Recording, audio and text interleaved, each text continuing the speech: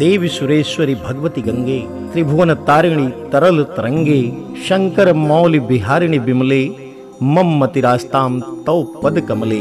अर्थात हे देवी गंगे, तुम देवगढ़ की ईश्वरी हो। हे भगवती, तुम त्रिभुवन को तारने वाली हो, बिमल और तरल तरंगमयी तथा शंकर के मस्तक पर विहार करने वाली हो। हे माता, तुम्हारे चरण कमलों में मेरा बारंबार प्रणाम। नमस्कार मित्रों, मैं हूं दुर्गेश वाजपेयी और आप देख रहे हैं आपका अपना चैनल बाबा बद्री ब्लॉग्स। मित्रों, उत्तराखंड की 4 धाम यात्रा के आज हम हैं दूसरे पड़ाव पर, यानी कि गंगोत्री धाम यात्रा पर। तो मित्रों, गंगोत्री धाम की यात्रा सामान्यतः यमुनोत्री धाम के बाद प्रारंभ की जाती है, या फिर आप चाहें तो हरिद्वार से सीधे बस या शेयर टैक्सी या आप अपनी प्राइवेट कार लेकर आ सकते हैं। तो मित्रों, आपको बता दें कि यमुनोत्री धाम से गंगोत्री धाम की दूरी है 230 किलोमीटर और हरिद्वार से गंगोत्री धाम की दूरी है 226 किलोमीटर। हमने अपनी यात्रा की शुरुआत की है यमुनोत्री धाम से। तो आपको बता दें कि गंगोत्री धाम के कपाट अक्षय तृतीया के बाद खोल दिए जाते हैं। आपको यहाँ भी यमुनोत्री धाम या 4 धाम के जैसे रजिस्ट्रेशन होता है, यहाँ भी आपको रजिस्ट्रेशन करवा करके ही आना होता है। मित्रों, यहाँ का नज़दीकी रेलवे स्टेशन हरिद्वार, देहरादून और ऋषिकेश ही है और नज़दीकी airport jolly grant airport Dehradun है। तो मित्रों, अगर हरिद्वार से आप शेयर टैक्सी या बस लेकर गंगोत्री धाम के लिए चलते हैं तो सबसे पहले बस आपको उतारती है उत्तरकाशी में। आप यहीं पर उत्तरकाशी में पहले दिन का अपना नाइट स्टे ले सकते हैं। अगले दिन सुबह आप फिर उत्तरकाशी से गंगोत्री के लिए रवाना होते हैं। और आपको बता दें कि हरिद्वार से उत्तरकाशी तक के लिए बस का किराया आपको लगभग 700 रुपये देना पड़ता है। मित्रों, उत्तरकाशी से गंगोत्री की दूरी है लगभग 100 किलोमीटर, जिसे आप 4 से 5 घंटों में बस के द्वारा पूरी करते हैं। और यहाँ भी आपको बस का किराया लगभग 600 से 700 रुपये देना पड़ता है।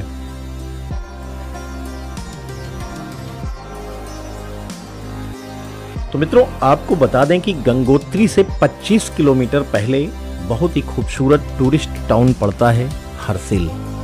आप चाहें तो हर्षिल में भी रुक सकते हैं। हर्षिल एक बेहतरीन विकल्प वाला मार्केट है। यहाँ पर आप अपनी ज़रूरतों की सारी चीज़ों की खरीदारी कर सकते हैं। विंटर में हर्षिल काफ़ी खूबसूरत डेस्टिनेशन हो जाती है। अगर आप यहाँ नहीं रुकना चाहते हैं तो आप सीधे गंगोत्री जाकर भी रुक सकते हैं।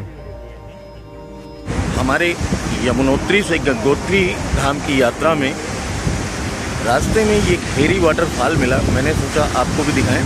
बहुत ही खूबसूरत वाटरफॉल है। ये पानी गंगा में गिराया जा रहा है। देखेंगे यहाँ खड़े होने के बाद में इतनी अच्छी ठंडी ठंडी फुहारें आ रही हैं कि तबीयत खुश हो जाती है। आप भी देखिए।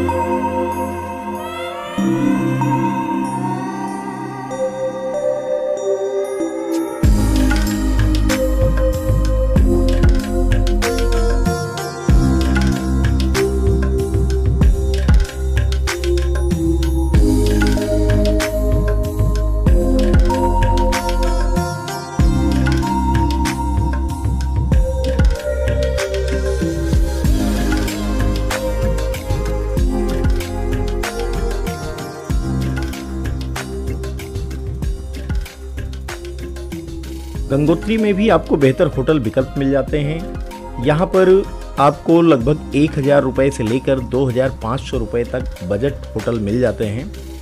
हालांकि ऑफ सीजन में ये होटल के रेट लगभग आधे हो जाते हैं। तो आप चाहें तो आप हर्षिल ना रुक के सीधे गंगोत्री भी रुक सकते हैं। और अभी हम पहुँचे हैं हर्षिल। शाम के 7:20 हो गए हैं। इसके बाद भी थोड़ा आगे चलेंगे, कहीं रूम लेते हैं और स्टे करते हैं। मॉर्निंग में करेंगे माँ गंगा के दर्शन, गंगोत्री स्नान और बताएंगे आपको आगे की जानकारी। गंगोत्री धाम मंदिर का रात्रिकालीन व्यू बहुत ही खूबसूरत होता है। रात्रि विश्राम के बाद सुबह आप माँ गंगा में स्नान करके दर्शन की लाइन में लग जाते हैं।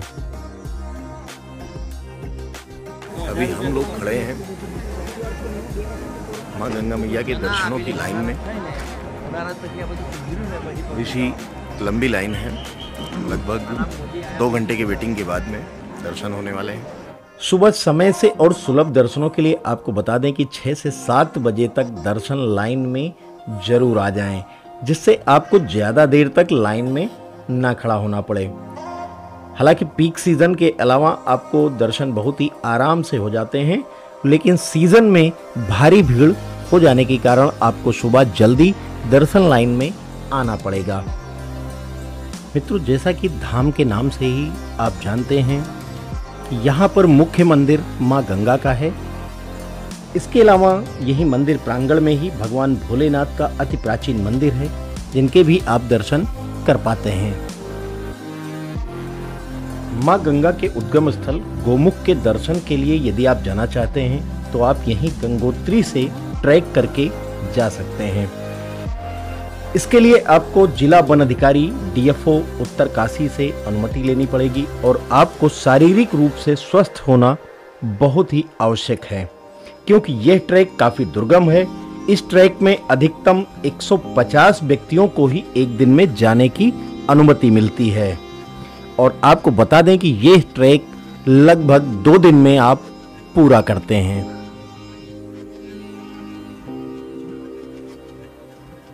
हिंदू धर्म में अत्यधिक पवित्र और पतित पावनी माने जाने वाली माँ गंगा का बहुत ही विशेष महत्व है। वैसे तो भारत में सभी प्रमुख नदियों को माँ का दर्जा दिया जाता है, किंतु माँ गंगा का स्थान सर्वोपरि है। गंगोत्री मंदिर को भी कत्यूरी वास्तुकला के आधार पर ही बनाया गया है।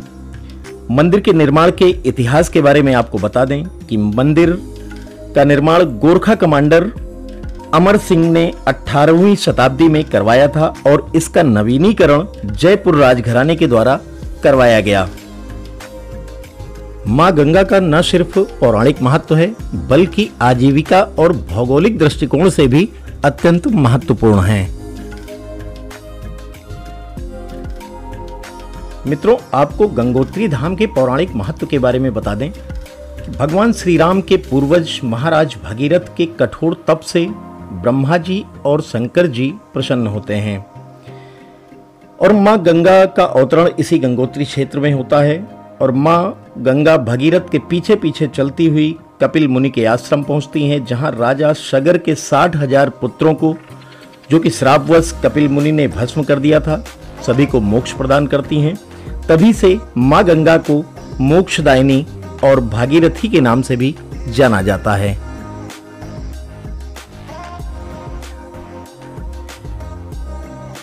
गंगा मंदिर गंगोत्री धाम के सभी पूजनीय मंदिरों में सबसे प्रमुख मंदिर है। ऐसी मान्यता है कि इस मूर्ति की स्थापना आदि गुरु शंकराचार्य जी के द्वारा की गई थी। आपको बता दें कि यहीं पर एक शिला है जिसे भागीरथ शिला कहा जाता है। गंगा मंदिर के पास में ही ये जो शिला है, इस पर बैठकर राजा भगीरथ ने कठिन तपस्या की थी और शंकर जी को प्रसन्न किया था। यहाँ पर इस शिला का भी पूजन का प्राविधान है। गंगोत्री में एकत्रित गंगा जल को अमृत के तुल्य माना जाता है। श्रद्धालु इसे संग्रह करके अपने साथ लेकर के अपने घर को जाते हैं।